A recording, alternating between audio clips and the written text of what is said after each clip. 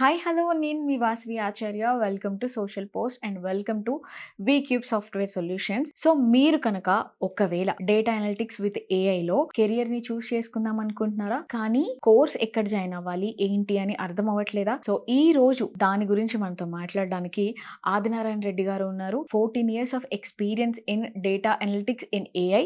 So sir తో మాట్లాడి మీకున్న డౌట్స్ అన్ని క్లారిఫై చేస్తాను. సో సార్ ని వెల్కమ్ చేసేద్దామా? సో ఇప్పుడు త్రూ అవుట్ ఇండియాలో ఈ డేటా అనలిటిక్స్ కి ఉన్న డిమాండ్ ఎలా ఉందంటారు? So compare to last year, current year 17% increase అయ్యిందండి. సో మనం ఆల్రెడీ డిస్కస్ చేస్తున్నాం.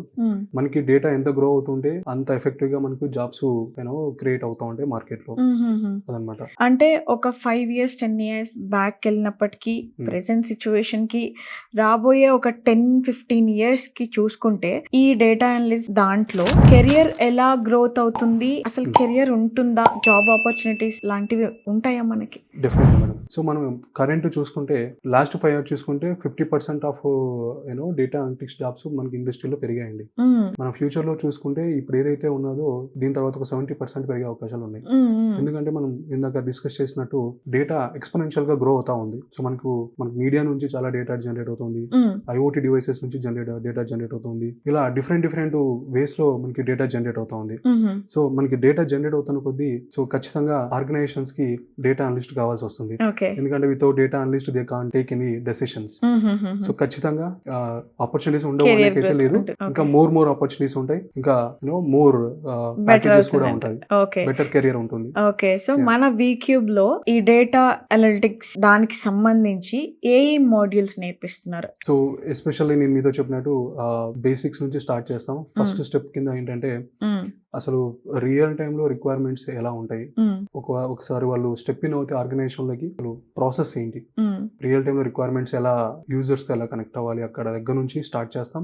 Then will start with very basic Excel దగ్గర నుంచి, ఎక్సెల్ ఫార్ములేస్ నుంచి అడ్వాన్స్డ్ ఎక్సెల్ వరకు బేసిక్ డేటా అనాలిసిస్ అంతా ఎక్సెల్ ఎలా చేయాలి, దాని తర్వాత SQL లో డేటాను ఎలా హ్యాండిల్ చేయాలి. సో ఇది అయిన తర్వాత ఎంత ఎఫెక్టివ్ గా SQL క్వరీస్ ని AI ని యూటిలైజ్ చేసుకొని మనం SQL క్వరీస్ ని రాయాలి. తర్వాత పవర్ BIకి వస్తే సో సమ్ ఫంక్షనల్ లాంగ్వేజ్ ఉంది, DAX అని అంటాం, ఇట్స్ వెరీ ఇంపార్టెంట్.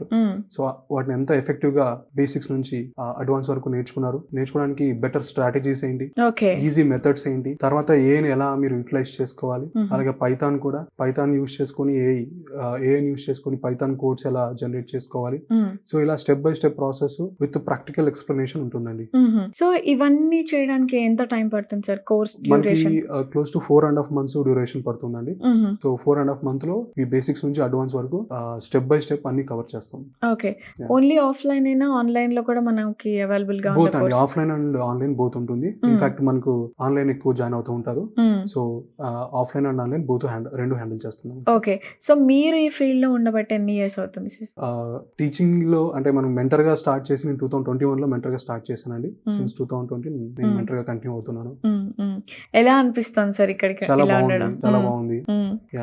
అంటే మీ లైఫ్ లో కూడా చాలా ఎక్స్పీరియన్సెస్ చూసుంటారు. ఇలా ఒక టీచర్ గా స్టూడెంట్స్ డిఫరెంట్ లైఫ్ స్టైల్ నుంచి వచ్చి ఈ కోర్సులు నేర్చుకొని ఇంకొక లైఫ్ స్టైల్ కి వాళ్ళు చేంజ్ అవ్వడం, ఇలాంటివన్నీ చూసుంటారు. మా కోసం ఏమన్నా కొన్ని షేర్ చేసుకోండి. డెఫినెట్ గా మేడం, అంటే అలా చూస్తే చాలా మంది ఉన్నారు. Like one of the student, she did bachelor degree, but ఒక 2 years గ్యాప్ వచ్చింది తనకు. 2 years గ్యాప్ తర్వాత మ్యారేజ్, తర్వాత ఇదంతా అయిన తర్వాత then she started learning data analytics. So once 4.5 months complete అయిన వెంపటే she placed in very good organization, good package.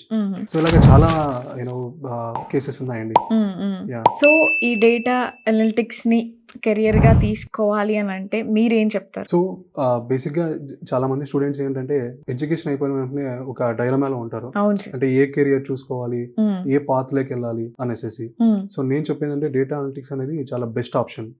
So first thing ఏంటంటే హైలీ డిమాండ్ ఉంది, తర్వాత ఈజీగా నేర్చుకోవచ్చు, కోడింగ్ ఉంది కానీ ఎక్కువ ఉండదు, అండ్ దెన్ ఇంటర్వ్యూస్ తర్వాత ఈజీగా క్రాక్ చేయొచ్చు, అండ్ దెన్ మోర్ ఓపెనింగ్స్ ఉన్నాయి. సో ఇవన్నీ చూసుకుంటే సో చాలా బెటర్ ఆపర్చునిటీస్ మనకి అవుట్ సైడ్ మార్కెట్ లో ఉన్నాయండి. ఓకే.